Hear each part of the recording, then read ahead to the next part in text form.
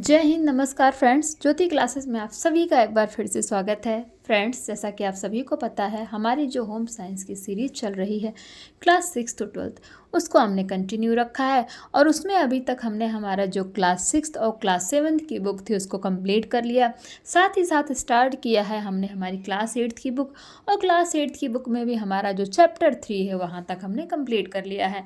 तो आप सभी से रिक्वेस्ट है, अगर अभी तक आपने हमारी क्लास 6 और क्लास 7 की जो हमने पढ़ाई की है उनके वीडियोस को आपने नहीं देखा है तो प्लीज़ प्लेलिस्ट में जाइए। वहाँ पे आपको क्लास 6 तो क्लास 7 के जितने भी चैप्टर हैं और उनमें जितने भी टॉपिक हैं फ्रेंड्स, सारे ही टॉपिक बहुत ही इजी लैंग्वेज में, बहुत ही आसान भाषा में आपको कराए गए हैं, जिसमें हर एक टॉपिक को बहुत ही अच्छे से एक्सप्लेन कराया गया है। तो आप सभी से रिक्वेस्ट है, अगर आप हमारे साथ न्यू जुड़े हैं और अभी तक हमारी उन वीडियोस को आपने नहीं देखा है तो प्लेलिस्ट में जाइए। वहाँ पे आपको सारी वीडियो सीरीज़ वाइज प्रोवाइड कराई गई हैं। और हाँ फ्रेंड्स, आप सभी से रिक्वेस्ट है कि आप जब भी वीडियोस को देखते हैं तो प्लीज़ वीडियोस को पूरा देखा करिए, तब भी आपको चीज़ें समझ में आएंगी, सारे कॉन्सेप्ट अच्छे से क्लियर होंगे, एक एक डाउट आपका क्लियर होगा। अगर आप वीडियो ऑन करते हैं और उसको थोड़ा सा देखते हैं, फिर बंद कर देते हैं, फिर दूसरा ऑन कर देते हैं, फ्रेंड्स जब आप एक टॉपिक देखेंगे ही नहीं, उसको थोड़ा समझने की कोशिश ही नहीं करेंगे तो आपको कॉन्सेप्ट आपका क्लियर नहीं होगा। तो ये मेरी आप सभी से रिक्वेस्ट है, आपसे विनती है कि जब भी आप वीडियोस को देखते हैं एटलीस्ट 2-3 वीडियोस तो सीरीज़ वाइज आप देखिए, तभी आपको पता लगेगा कि आपको जो पढ़ाया जा रहा है वो आपके काम का है कि नहीं। और आप सभी जानते हैं हमारा जो ये सीरीज हमने शुरू किया है इसका हमारा एक ही टारगेट है, एक बार आप अपना होम साइंस का सिलेबस कंप्लीट कर लें, यानी कि जो हमारे 6 to 12 की बुक है उसको अच्छे से हम पढ़ डालें, 2-3 बार उसको फिर रिवाइज कर डालें, फिर होम साइंस से रिलेटेड कोई भी एग्ज़ाम कहीं पे भी निकलता है फ्रेंड्स, किसी भी एग्ज़ाम को हम क्रैक करने के लिए अपने आप को प्रिपेयर्ड पाएँ। तो फ्रेंड्स, इसी सोच के साथ हमने ये सीरीज स्टार्ट करी है। और हाँ, आप सभी से रिक्वेस्ट है कि अगर आप अभी हमारे साथ न्यू जुड़े हैं तो प्लीज़ चैनल को सब्सक्राइब कीजिए, बेल आइकन प्रेस कीजिए, जिससे जब भी वीडियोस अपलोड होती है सबसे पहले नोटिफिकेशन आपके पास पहुंचे। और इन वीडियोस को ज़्यादा से ज़्यादा अपने फ्रेंड के साथ शेयर कीजिए, जिससे कि उनकी भी पढ़ाई में हेल्प हो सके। और जैसा आप सभी को पता है कि जो हमारा यूपी टीजीटी पीजीटी का एग्ज़ाम जो होने वाला था, जो कि 2022 यानी कि 2022 में जिन्होंने फॉर्म फिल किया था उनके एग्ज़ाम्स अब हो रहे हैं, कब? अप्रैल में हो रहे हैं। तो फ्रेंड्स, आई होप, और ये आई होप मैं जो है ऐसे ही नहीं कह रही हूँ, ये जो है ना आपके उसमें भी काफ़ी आप उसका रिवीजन लेंगे, उसमें भी आपको काफ़ी हेल्पफुल होगा। जो भी जो है 2022 में यूपी टीजीटी पीजीटी का होम साइंस का जो उन्होंने फॉर्म फिल कर रखा है, उन्होंने पढ़ाई तो अपनी पूरी ही कर रखी है, लेकिन उनका ये रिवीजन करने में उनको ये जो सीरीज हमारी है काफ़ी हेल्प करने वाली है। तो चलिए फ्रेंड्स, बिना टाइम वेस्ट किए शुरू करते हैं हमारी आज की क्लास। आज की क्लास में हम करने वाले हैं हमारा चैप्टर 4। आप ये स्क्रीन पर देख पा रहे होंगे चैप्टर 3 है। तो फ्रेंड्स, चैप्टर 4 करने से पहले एक बार हमने जो प्रीवियस क्लास में पढ़ा है उसका एक बार एक क्विक रिविज़न ले लेते हैं, क्योंकि आप सभी को पता है कि हमारी यही स्ट्रेटजी रहती है कि जब भी हम कोई न्यू टॉपिक स्टार्ट करते हैं तो फर्स्ट ऑफ ऑल हमारा जो प्रीवियस में हमने पढ़ा है उसका एक बार क्विक रिवीजन ले लेते हैं। उससे क्या होता है, हमने जो प्रीवियस क्लास में पढ़ा है प्लस जो हम अभी पढ़ रहे हैं उन दोनों को हम आपस में कनेक्ट कर सकते हैं। चलिए फ्रेंड्स, देखते हैं हमने प्रीवियस में क्या पढ़ा था। आहार की उपयोगिता एवं पोषक तत्व के बारे में जाना था हमने। It means utility of food and nutritive elements क्या होते हैं, इनके बारे में हमने जाना था। फिर हमने देखी थी भोजन की उपयोगिता, शरीर का निर्माण करना, रोगों से सुरक्षा करना, ऊर्जा का उत्पादन करना, ये सभी कैसे होता है, भोजन की उपयोगिता इन सभी में काम आती है। अब देखते हैं आहार के विभिन्न पोषक तत्व, यानी कि जो आहार में विभिन्न पोषक तत्व पाए जाते हैं उनके बारे में हमने जाना था, जिसमें जाना था नंबर 1 प्रोटीन, और प्रोटीन प्राप्ति के स्रोत कहाँ कहाँ से पाए जाते हैं उनके बारे में हमने जाना था। प्रोटीन के कार्य क्या हैं, प्रोटीन की कमी से होने वाली हानियाँ कौन कौन सी हैं फ्रेंड्स, उनके बारे में हमने जाना था। हमारा जो नेक्स्ट एलिमेंट्स यानी जो हमारा नेक्स्ट तत्व है कार्बोहाइड्रेट, इसके बारे में हमने जाना था। कार्बोहाइड्रेट क्या होता है, ये कहाँ से हमें मिलता है और इसके कितने प्रकार होते हैं और इसके कार्य क्या क्या हैं, कार्बोहाइड्रेट की कमी से क्या हानियाँ होती हैं, अगर कार्बोहाइड्रेट की अधिकता हमारे शरीर में हो गई तो उससे भी हमें कौन सी हानियाँ देखनी पड़ती हैं, उनके बारे में भी हमने जाना था। नेक्स्ट हमारा था फ्रेंड्स वसा। वसा कहाँ से हमें प्राप्त होता है और वसा के कार्य क्या है हमारे शरीर में, वसा की कमी से क्या हानियाँ होती हैं, और जो अगर वसा की अधिकता हमारे शरीर में हो जाती है तो उससे भी क्या हानियाँ होती है, इनके बारे में हमने जाना था। हमारा नंबर 4 जो एलिमेंट्स था वो क्या था, खनिज तत्व। खनिज तत्व क्या होते हैं, कितने प्रकार के होते हैं, उन सभी के बारे में हमने जाना था। खनिज लौहों के कार्य क्या हैं, इनके बारे में हमने देखा था। तो ये सब फ्रेंड्स हमने देखा था। हमारा जो 5वां है विटामिन, विटामिन के बारे में हमने जाना था। विटामिन कितने प्रकार के होते हैं, इनके बारे में हमने फ्रेंड्स देखा था। साथ ही साथ हमने जो है देखा था कि विटामिन, बहुत सारे विटामिन के बारे में हमने पढ़ा था। For example vitamin B1, B2, B3, ऐसे ऐसे बहुत सारे विटामिन हमने देखे थे। फिर हमने देखा था इनकी प्राप्ति के स्रोत, यानी कि विटामिन मिलते कहाँ कहाँ से हैं, वो हमने देखा था। फिर हमने देखा था कि वसा में घुलनशील विटामिन कौन कौन से होते हैं, उनके बारे में हमने जाना था। उसके पहले जो हमने विटामिन देखा था वो तो जल में घुलनशील थे। फिर हमने वसा में घुलनशील विटामिन के बारे में जाना था, और ये विटामिन हमें मिलते कहाँ से हैं, इनके स्रोत क्या हैं, उनके बारे में फ्रेंड्स हमने देखा था। बहुत ही अच्छे से सारे टॉपिक हमने किए थे। फिर इनकी कमी से क्या हानियाँ होती हैं, इनके बारे में हमने जाना था। तो फ्रेंड्स बहुत सारे जो विटामिन थे इन सभी को हमने जो है हमारी प्रीवियस क्लास में देखा था। आप सभी से रिक्वेस्ट है, अगर आपने इस वीडियोस को नहीं देखा है तो प्लेलिस्ट में जाइए, वो वहाँ पे इस वीडियोस को बहुत ही अच्छे से आपको डिटेल में इसको एक्सप्लेन कराया गया है। साथ ही साथ हमने इस चैप्टर का स्मरणीय तथ्य यानी कि मेमोरेबल फैक्ट्स देखे थे और किए थे इनकी कुछ प्रश्नावली, और आप लोगों को होमवर्क में हमने दिया था अति लघु उत्तरी, लघु उत्तरी और दीर्घ उत्तरी प्रश्न। आई होप इन क्वेश्चन को आपने सॉल्व कर लिया होगा। तो फ्रेंड्स ये थे हमारा चैप्टर 3, जो कि हमने बहुत ही डिटेल में हमारी प्रीवियस क्लास के माध्यम से पढ़ा था। आई होप आपको ये जो चैप्टर जिन्होंने भी पढ़ा उनको बहुत ही अच्छे से समझ में आ गया होगा। और मैंने आपको साथ ही साथ बताया था कि हम नेक्स्ट क्लास में क्या पढ़ने वाले हैं। तो फ्रेंड्स आज की क्लास में हम पढ़ने वाले हैं प्रतिरक्षण का महत्व तथा टीके, importance of prevention and injections, इनके बारे में हम जानेंगे, जो कि हमने ना क्लास 6 में पढ़ा है ना ही हमने क्लास 7 में पढ़ा है। चलिए देखते हैं फ्रेंड्स, ज़्यादा बड़ा चैप्टर नहीं, छोटा सा चैप्टर है, बट बहुत ही इंपॉर्टेंट है। देखते हैं, स्वस्थ रहने के लिए रोग रहित होना आवश्यक है, यानी कि अगर हमें स्वस्थ रहना है तो हमें ध्यान देना है कि हमारे अंदर कोई रोग ना हो, और रोगों से बचने के लिए हमें अपना बचाव करना ज़रूरी है। संक्रामक रोगों से बचने को प्रतिरक्षण कहते हैं। रोगाणु व्यक्ति के शरीर में घुसते हैं और स्वस्थ व्यक्ति को बीमार करते हैं। यदि शरीर में रोगाणुओं को नष्ट करने की क्षमता है तब तो स्वस्थ रह सकते हैं, अन्यथा बीमारियां घेर लेती हैं। प्रतिरक्षण का अर्थ एवं प्रकार, meaning and type of prevention, व्यक्ति के शरीर में रोगों से बचने की तथा स्वस्थ बने रहने की प्राकृतिक इच्छा तथा क्षमता विद्यमान होती है। इस क्षमता को रोगों से मुकाबला करने की क्षमता के रूप में जाना जाता है। जब हमारे शरीर में किसी संक्रामक रोग के रोगाणु प्रवेश करते हैं तब हमारा शरीर इन रोगाणुओं को अपना शत्रु मानकर उनसे संघर्ष करना प्रारंभ कर देता है। इस संघर्ष में यदि शरीर जीत जाता है तो शरीर स्वस्थ बना रहता है। इसके विपरीत यदि संघर्ष में शरीर हार जाता है तथा रोगाणुओं की जीत होती है तो निश्चित रूप से व्यक्ति क्या होता है, रोगग्रस्त हो जाता है। विभिन्न रोगाणुओं से संघर्ष करने वाली शरीर की क्षमता को ही क्या कहते हैं, रोग प्रतिरक्षण या रोग प्रतिरोधक क्षमता कहते हैं। इस क्षमता के विकास को ही प्रतिरक्षण कहते हैं। तो आपने देखा प्रतिरक्षण क्या होता है। प्रतिरक्षण या रोग प्रतिरोधक क्षमता अर्थात रोगों से बचने की क्षमता मूल रूप से कितने प्रकार की होती है, 2 प्रकार की होती है, जिन्हें क्रमशः प्राकृतिक प्रतिरक्षण तथा कृत्रिम या अर्जित प्रतिरक्षण या रोग प्रतिरोधक क्षमता कहा जाता है। आपसे क्वेश्चन पूछ लिया गया प्रतिरक्षण क्षमता कितने प्रकार की होती है, तो 2 प्रकार की होती है। नंबर 1 प्राकृतिक प्रतिरक्षण तथा कृत्रिम या अर्जित प्रतिरक्षण या रोग प्रतिरोधक क्षमता के नाम से जाना जाता है। इन दोनों प्रकारों का संक्षिप्त परिचय निम्नलिखित है। प्राकृतिक प्रतिरक्षण क्या होता है, प्रत्येक व्यक्ति के शरीर में विभिन्न रोगों का मुकाबला करने की एक जन्मजात क्षमता होती है। इसे प्राकृतिक प्रतिरक्षण या प्राकृतिक रोग प्रतिरोधक क्षमता कहा जाता है। यह क्षमता भिन्न भिन्न रूप में पाई जाती है। स्वास्थ्य के नियमों का भली भांति पालन करके तथा संतुलित एवं पौष्टिक आहार ग्रहण करके इस क्षमता में कुछ हद तक वृद्धि की जा सकती है। अब देखते हैं कृत्रिम प्रतिरक्षण क्या होता है। दूसरे प्रकार का प्रतिरक्षण क्षमता या रोग प्रतिरोधक क्षमता को क्या कहते हैं, कृत्रिम अथवा अर्जित रोग प्रतिरोधक क्षमता कहते हैं। यह जन्मजात नहीं होती, इसे प्राप्त करने के लिए कुछ उपाय करने पड़ते हैं। इस क्षमता को विकसित करने के लिए ही चिकित्सा शास्त्र ने विभिन्न टीकों या इंजेक्शनों को खोजा है। कौन से प्रतिरक्षक को जो है करने के लिए, तो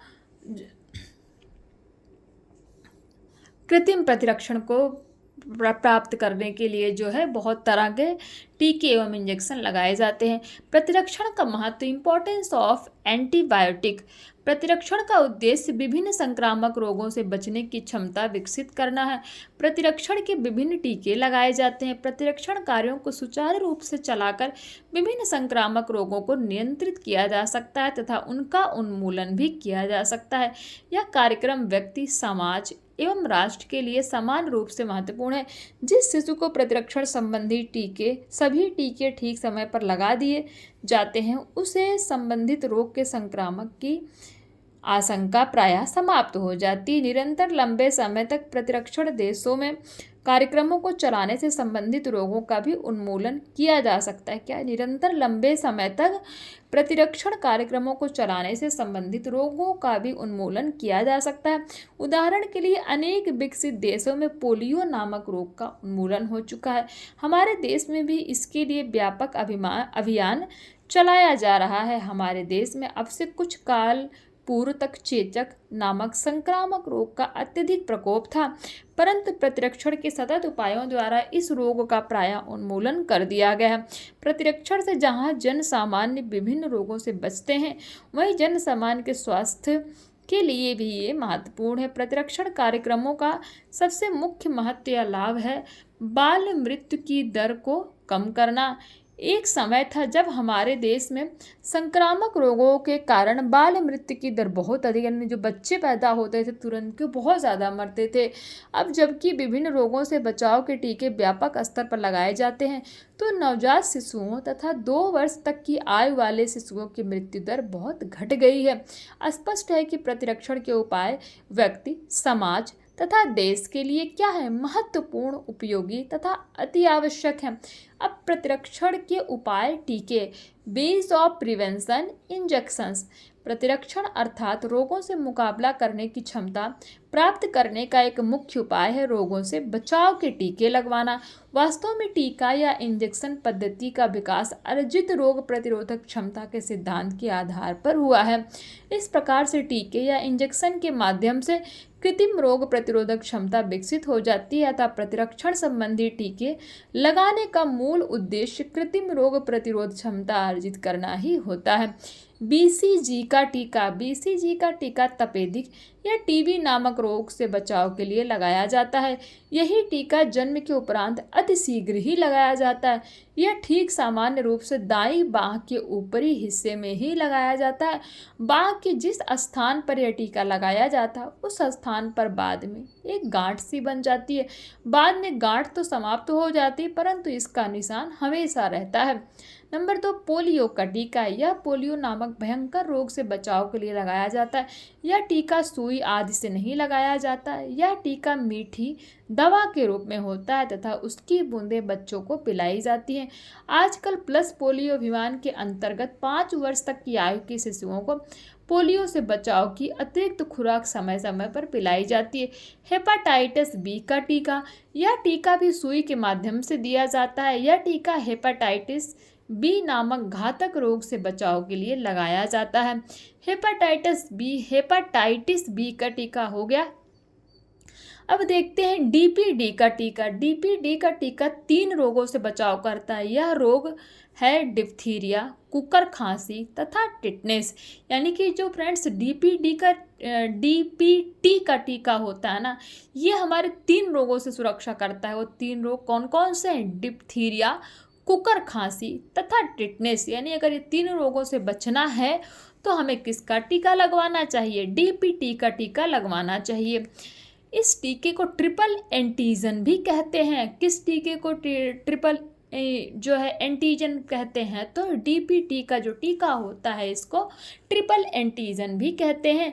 इस टीके से बच्चे को बुखार भी हो जाता है तो 1 दिन तक रहता है। यानी कि जब भी डीपीटी का टीका लगवाया जाता है उससे क्या होता है, बच्चे को बुखार हो जाता है। और जो हमारा डीपीटी का टीका है ये हमारी 3 बीमारियों से रक्षा करता है। और इसको और किस नाम से जानते हैं, इस टीके को ट्रिपल एंटीजन भी कहते हैं। यानी कि डीपीटी का टीके को ट्रिपल एंटीजन के नाम से भी जानते हैं। और इससे कौन सी 3 बीमारियां से बचाव किया जा सकता है, तो डिप्थीरिया, कुकर खांसी तथा टिटनेस। ये 3 बीमारियां ऐसी हैं, अगर आपने डीपीटी का इंजेक्शन लगवाया है तो आप इन 3 बीमारियों से आपकी रक्षा हो सकती है। रोगों के संपर्क में रहने वालों के बचाव के उपाय, यानी कि जिनको रोग हुआ है उनके संपर्क में अगर आप हैं तो कैसे अपना बचाव करें। रोगी के श्वास, छींक, खांसी या जोर से बोलते समय उससे दूर रहना चाहिए। रोगी की प्रयोग की हुई वस्तुओं को छूने के बाद हाथ कार्बोलिक साबुन से धोएं। कौन से साबुन से? कार्बोलिक साबुन से धोएं। रोगी की सेवा करते समय कपड़ों पर एप्रिन पहन लें और जब रोगी के कमरे से बाहर आना हो तो उतार कर टांग देना चाहिए। यानी कि जो एप्रन होता है ना, जब खाना वाना बनाते हैं उस टाइम पहनते हैं तो उसी को एप्रन बोलते हैं। नंबर 4, रोगी द्वारा प्रयोग की गई कोई वस्तु प्रयोग न करें। सभी वस्तुएं उबालने के बाद ही प्रयोग में लाएं। रोगी का टीका अवश्य लगाएं। यानी कि जिसको कोई भी बीमारी हो गई है, सपोज पोलियो का टीका, हेपेटाइटिस, डीपीटी, इन सबको जो रोग जिसको भी हुआ है उसको ये टीका अवश्य लो, यानी कि रोग का टीका अवश्य लगवाया जाता है। जो बीमारी हुई है उस बीमारी का टीका अवश्य लगाना चाहिए। अब ये फ्रेंड्स हमारा जो चैप्टर था, मैंने जैसे पहले ही आपको बताया, हमारा बहुत ही छोटा सा चैप्टर था। कौन सा? प्रतिरक्षण का महत्व तथा टीके। हमने क्या पढ़े? Importance of prevention and injection. तो फ्रेंड्स आई होप ये छोटा सा चैप्टर था बट बहुत इंपॉर्टेंट था। आई होप आपको ये पसंद आया होगा। चलिए फ्रेंड्स, तो ज़्यादा वो नहीं करते हैं, क्लास को बढ़ाते नहीं है। 2 पार्ट में किस लिए करना, वैसे तो हम अपनी हर क्लास को 2 पार्ट में मैक्सिमम करते हैं, लेकिन छोटा चैप्टर है तो इसी में इस चैप्टर का क्या है, स्मरणीय तथ्य और प्रश्नावली भी देख लेते हैं जिससे कि आपका टाइम भी सेव हो। चलिए स्टार्ट करते हैं। स्मरणीय तथ्य यानी कि मेमोरेबल फैक्ट। सभी संक्रामक रोग कुछ रोगाणुओं के शरीर में प्रवेश करने के परिणाम स्वरूप ही हुआ करते हैं। यानी कि अगर कोई संक्रामक, जितने भी संक्रामक, यानी संक्रामक का मतलब क्या होता है? फैलने वाले रोग जो एक दूसरे से फैलते हैं। तो ये कैसे होते हैं? रोगाणुओं के शरीर में प्रवेश करने के परिणाम स्वरूप ही हुआ करते हैं। प्रत्येक व्यक्ति के शरीर में रोगों से बचने की तथा स्वस्थ बने रहने की प्राकृतिक इच्छा तथा क्षमता विद्यमान होती है। इंजेक्शन पद्धति का विकास अर्जित रोग प्रतिरोधक क्षमता के सिद्धांत पर आधारित हुआ है। तो ये था फ्रेंड्स हमारा स्मरणीय तथ्य। देखते हैं प्रश्नावली। तपेदी नामक रोग के लिए टीका है। यानी कि अगर जब तपेदी नामक रोग हो गया है तो हमें कौन सा टीका लगवाना चाहिए? तो तपेदी नामक रोग के लिए हमें बीसीजी, टीपीटी, टीडी या ये सभी। फ्रेंड्स, तपेदी नामक रोग से बचाव के लिए हमें बीसीजी का टीका लगवाना चाहिए। रोग प्रतिरोधक क्षमता होती है 2 प्रकार की, 4 प्रकार की, 1 प्रकार की या उपर्युक्त सभी। तो फ्रेंड्स, रोग प्रतिरोधक क्षमता जो होती है वो कितने प्रकार की होती है? 2 प्रकार की होती है, हमने भी पढ़ा था। रिक्त स्थानों की पूर्ति में देखते हैं। सभी संक्रामक रोग कैसे होते हैं? रोगाणु से फैलते हैं। प्रत्येक व्यक्ति में प्राकृतिक रोग प्रतिरोधक क्षमता क्या होती है? विद्यमान होती है। प्रतिरक्षण के लिए क्या करने चाहिए? विभिन्न टीके लगाए जाने चाहिए।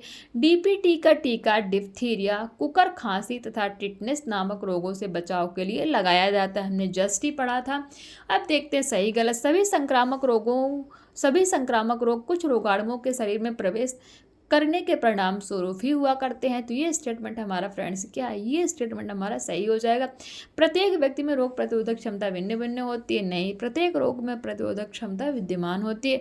टीके लगाने का मुख्य उद्देश्य रोग प्रतिरोधक क्षमता को विकसित करना होता है। तो ये स्टेटमेंट भी हमारा क्या हो जाएगा फ्रेंड्स? ये स्टेटमेंट भी हमारा ट्रू हो जाएगा। तो ये खत्म होती है हमारी प्रश्नावली। अब ये है अति लघुत्तरी, लघुत्तरी, दीर्घ उत्तरी। अति लघु उत्तरी में संक्रामक रोगों की उत्पत्ति का मुख्य कारण क्या है? हमने आपको पहले बोला रोगाणु। रोगों से बचाव के टीके लगाने से किस क्षमता का विकास होता है? तो रोग प्रतिरोधक क्षमता का विकास होता है। बीसीजी का टीका किस रोग से बचाव के लिए लगाया जाता है? अभी हमने ऊपर पढ़ा तपेदिक। डीपीटी का टीका किन रोगों से बचाव के लिए लगाया जाता है? तो अभी हमने पढ़ा। लघु उत्तरी टिप्पणी लिखे संक्रामक रोग तथा प्रतिरक्षण पे प्राकृतिक प्रतिरक्षण, प्राकृतिक रोग क्षमता का अर्थ स्पष्ट कीजिए। कृत्रिम अथवा अर्जित रोग, ये सब फ्रेंड्स जो जितने भी क्वेश्चंस हैं ये आप देखिए, हमने जो भी अभी इस वीडियो में किया उसी से रिलेटेड है, तो प्लीज़ आप इस क्वेश्चन का स्क्रीनशॉट ले लीजिए और एज अ होमवर्क इन क्वेश्चन को फ्रेंड्स आप सॉल्व करने की कोशिश कीजिए। अगर जब आप इन क्वेश्चन को आप सॉल्व करेंगे ना, आप देखना आपकी पढ़ाई कितनी अच्छी होगी, आपको कितना इससे जो है बेनिफिट मिलने वाला है जो हम इस सीरीज़ कर रहे हैं। तो प्लीज़ इन क्वेश्चन का आप स्क्रीनशॉट ले सकते हैं। आई होप आपको अच्छे से दिख रहा होगा, और स्क्रीनशॉट लेके फ्रेंड्स इनको को सॉल्व करने की कोशिश किया करिए, आप ही के भले के लिए है ये। और अगर आपसे क्वेश्चन नहीं सॉल्व होते हैं, ऐसा तो हो ही नहीं सकता कि नहीं हो, इसीलिए मैं आपको खुद बोलती हूँ सॉल्व करने के लिए। फिर भी अगर नहीं होता है तो प्लीज़ कमेंट करके अपनी राय बताइए, हम अपने डाउट हमें बताइए। मैं पर पक्का ही आपको जो भी ये क्वेश्चन है इनके आंसर आपको प्रोवाइड कराऊँ, क्योंकि फ्रेंड्स मेरे तो हैंड रिटन नोट्स मेरे पास ऑलरेडी अवेलेबल हैं। तो इन क्वेश्चन को सॉल्व कीजिए, और ये क्वेश्चन सॉल्व होते तो भी नहीं होते तो भी कमेंट के माध्यम से अपनी राय हमें अवश्य बताएं। और फ्रेंड्स जो है इसी के साथ हमारा ये जो हमारा पूरा चैप्टर 4 था ये हमारा कंप्लीट होता है। आई होप आज की वीडियो आपको अच्छी लगी हो, आपके समझ में आई हो, आपके काम की हो। अगर वीडियोज़ अच्छी लगी है तो प्लीज़ चैनल को सब्सक्राइब कीजिए, बेल आइकन प्रेस कीजिए, और इस वीडियो को ज़्यादा से ज़्यादा अपने फ्रेंड के साथ, अपने दोस्तों के साथ शेयर कीजिए, जिससे कि क्या हो उनकी भी पढ़ाई जो है कंटिन्यू हो सके। और फ्रेंड्स आप सभी को पता है कि हमें एक दूसरे की हेल्प हम करते हैं तो हमारी हेल्प अपने आप ही हो जाती है, सभी जानते हैं। तो इसीलिए हमें एक दूसरे की हेल्प करना चाहिए, साथ में मिल के पढ़ना चाहिए। कोई भी काम ग्रुप में करने से हम बहुत अच्छा उसका हमें एक्सपीरियंस हो जाता है और हम बहुत अच्छे से उसको सीखते हैं। चलिए फ्रेंड्स इसी के साथ चलते हैं, आज की वीडियो को समाप्त करते हैं और मिलते हैं नेक्स्ट क्लास में। तब तक के लिए जय हिंद, नमस्कार। हंसते रहिए, मुस्कुराते रहिए, एक दूसरे की हेल्प करते रहिए।